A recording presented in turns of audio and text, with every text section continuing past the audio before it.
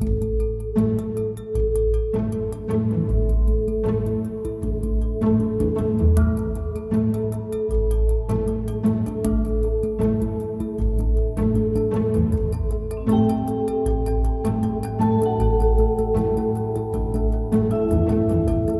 try to give the core of the structure of the talk very simply. As you can see here, I'm trying to mesmerize you into going radical, but I'll also, apart from all those kinds of tricks, explain a bit what going radical really means in this sense.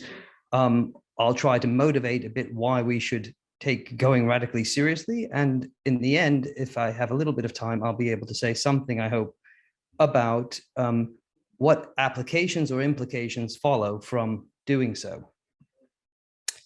So I think the first thing I want to highlight is, and the first slide had a meaning. You'll notice there that I had an image of roots. The original notion of radical that we had in mind when we pushed it is going to the roots of things, as all philosophers seek to do.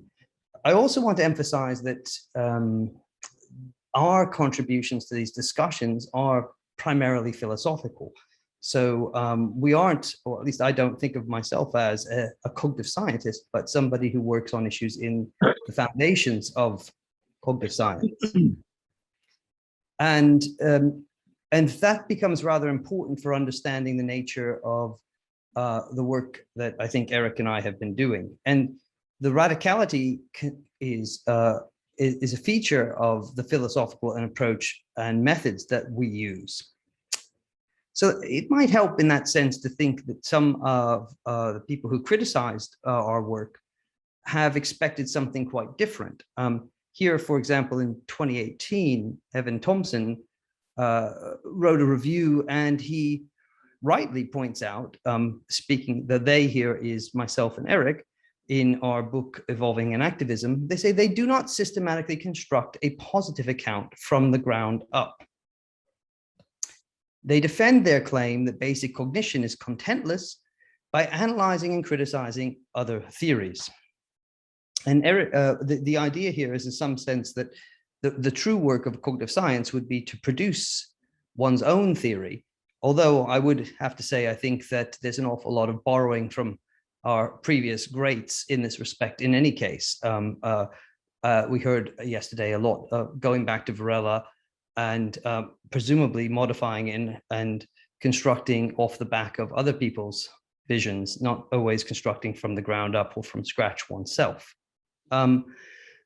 We in the book talk about a process, a philosophical process of rectification, and Eric exemplified it a moment ago. It's, quote, a process through which target accounts of cognition are radicalized by analysis and argument, rendering them compatible with a radically enactive account of cognition. And herein, we'll see some more examples of this as we go through the talk. Herein, the idea is not necessarily, again, to create something anew, but to analyze existing positions and to see in what ways they might be combined or more fruitfully, at what elements we wish to leave out. So in a very important sense then, radical enactivism is not a type or brand of enactivism.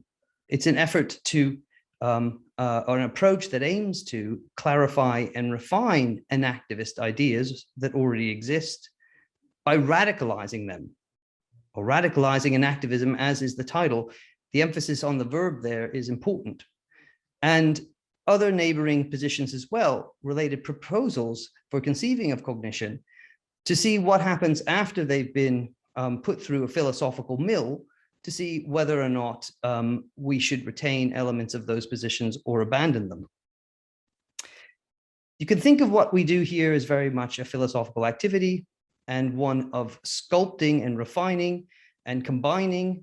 And here, yes, it's true that a lot of that work is letting go, because the more refined product is letting go of the elements that we don't want to get to something more beautiful and attractive. So if you think of this philosophical work as a bit of sculpting, it may help you to see how both letting go of material is at the same time perfecting and refining and beautifying a position, rather than simply adding or defending a particular line.